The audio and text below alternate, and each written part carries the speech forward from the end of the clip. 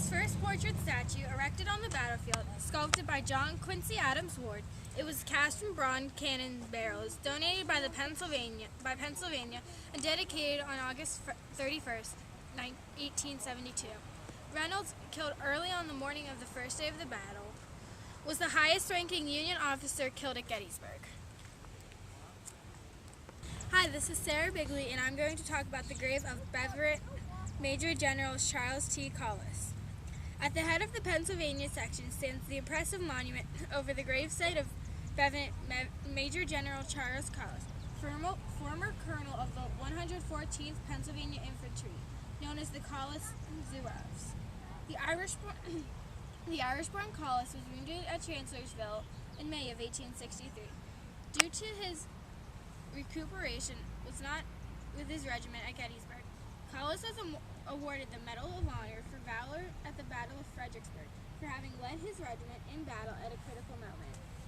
When he seized the regiment's colors and led them in their baptism of fire, making him only one of two Medal of Honor awardees buried here.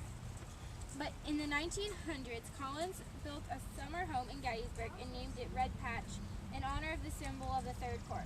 The home still stands on the battlefield today, along West Confederate Avenue, just south of the Fairfield Road.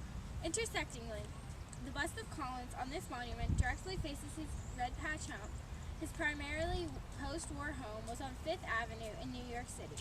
Collins died on May 11, 1902, and this monument was erected over his grave by the friends and survivors of his regiment in May 13, 1906.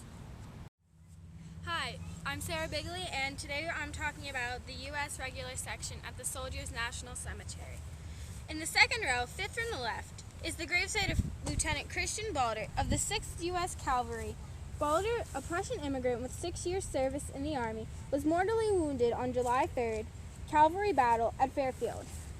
While being cared for at the Fairfield home of Robert C. Swope, Balder died a few days after the battle.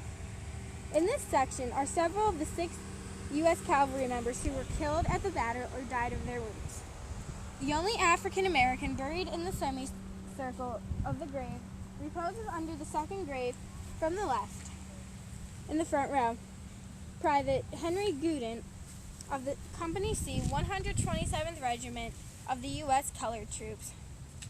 He mustered into service on August 6, 1864, and survived the war. He died on August 3, 1876 in Carlisle, Pennsylvania, and is buried in this spot.